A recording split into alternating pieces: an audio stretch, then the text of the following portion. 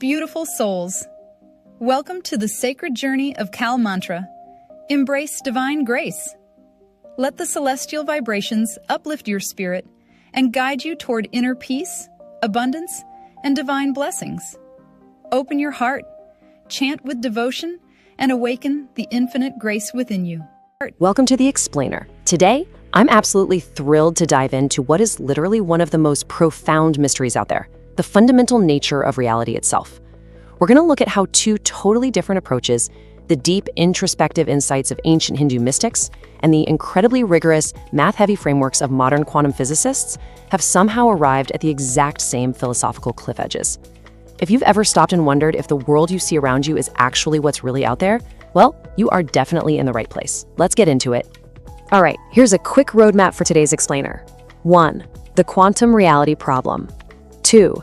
Echoes in ancient texts. 3. Striking conceptual parallels. 4. The co-emergence model. 5. Consciousness and Brahman. And finally, 6. Science meets philosophy.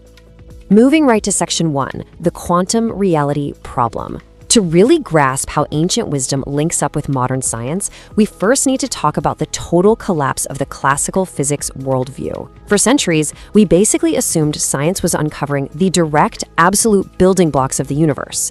But then the 20th century hit, and it delivered a pretty shocking wake-up call. The brilliant British physicist Sir James Jeans summed it up perfectly.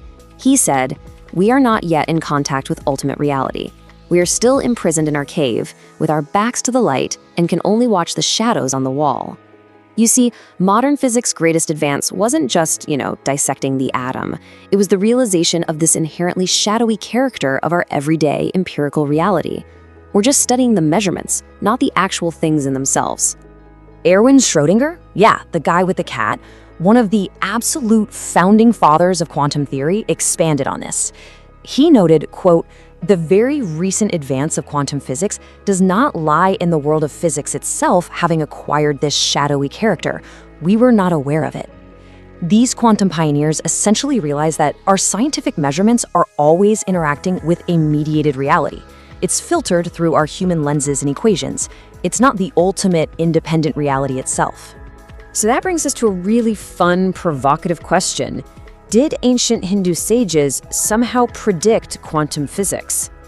Now, let me just clear this up right out of the gate. No, they didn't. They weren't doing calculus or mapping subatomic particle decay. But what the ancient source texts do reveal is that these sages were grappling with the exact same philosophical walls millennia ago. And amazingly, they arrived at staggeringly similar models of how reality actually functions. Let's look at section 2, Echoes in Ancient Texts. It turns out the pioneers of quantum physics were completely aware of this philosophical wall. When their empirical findings started totally defying classical logic, they explicitly looked to Eastern philosophy to try and make sense of their mind-bending discoveries. Now, it's crucial to understand that these brilliant minds weren't just ditching science to become mystics. But for example, J. Robert Oppenheimer literally studied Sanskrit just so he could read the Bhagavad Gita in its original text.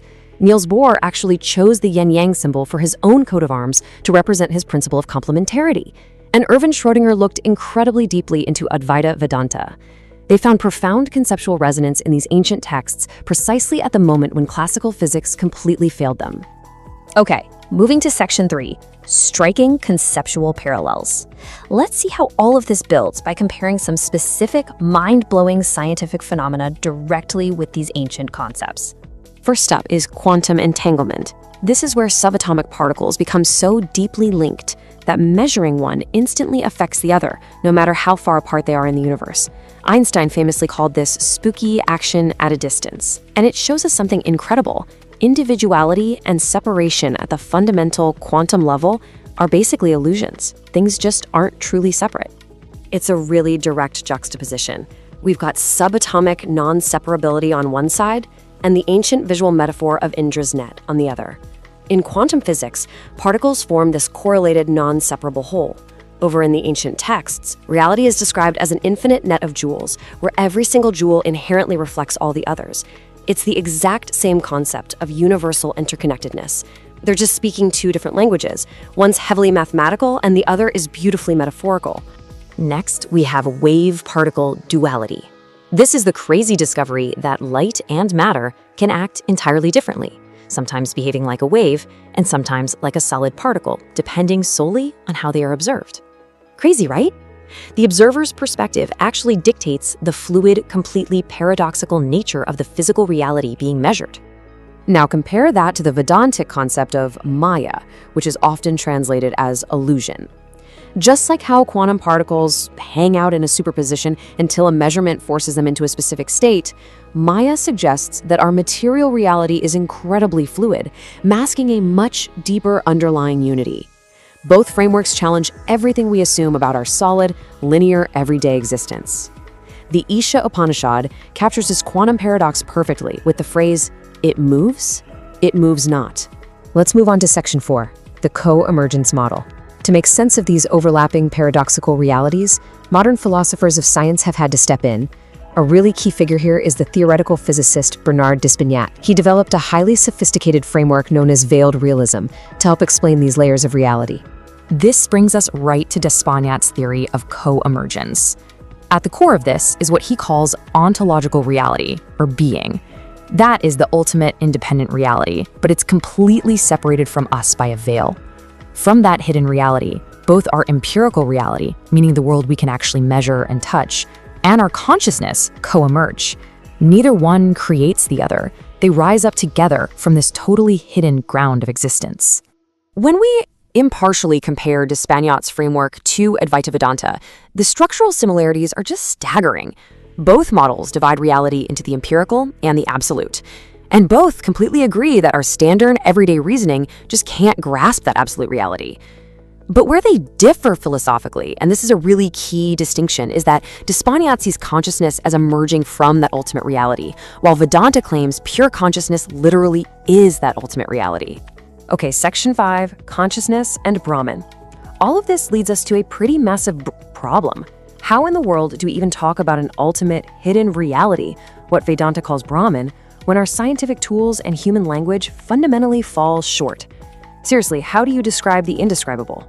Well, you use the via negativa motif, basically the way of negation. You define the ultimate reality strictly by what it is not. When quantum physicists try to describe the fundamental nature of the universe beyond the veil, they use negative terms like non-separation, literally meaning not separate. Strikingly, ancient sages used the exact same technique with this Sanskrit phrase neti neti, which means not this, to describe Brahman. Both camps realize that the absolute is just entirely non-conceptualizable by the human mind. To anchor this incredibly dense philosophy, the teacher Maharishi Mahesh Yogi provided a beautifully vivid metaphor. He said, unity pervades all activity, as water every wave. Whether we want to call it Brahman or ontological reality, there is this underlying unified essence that connects the chaotic, incredibly diverse surface of literally everything we see and experience. And finally, section 6, science meets philosophy. As we try to synthesize this whole journey, it's really vital to carefully draw the line between empirical physics and spiritual methodology. We are exploring the intersection here, not just mashing them together into a single discipline. We have what scholars call resonance without reduction. Look, science absolutely requires rigorous math and testable experiments to study empirical reality. Spirituality and philosophy, on the other hand, rely on introspection and meditative insight to approach the absolute. So we're not saying here that ancient texts are somehow hitting textbooks for quantum mechanics. Rather, we're just impartially observing that these two entirely distinct paths of human inquiry have independently hit the exact same profound wall of mystery. So I want to leave you with this final, truly provocative question. How do you perceive the reality around you? After seeing how our most advanced physics and our absolute oldest philosophies both agree that the material world is essentially just a representation, a veil over a much deeper interconnected whole, you really have to ask yourself, are you truly seeing ultimate reality right now? Or are you just watching the shadows on the cave wall? Thank you so much for joining me for this explainer, and definitely keep questioning the nature of your world. Struggling with health, financial worries, wealth, relationships, or career? Don't let these challenges hold you back. Harness the ancient power of authentic Rudraksha, planetary remedies, and Vedic astrology to restore balance and attract success. But act fast. These sacred remedies are in limited stock. Visit callmantra.com today to transform your life. If this resonated with you, join our spiritual journey. Your support keeps us growing. We'd love to hear your thoughts. So like, comment, share with friends, and don't forget to subscribe. Thank you for watching, and we'll see you in the next one.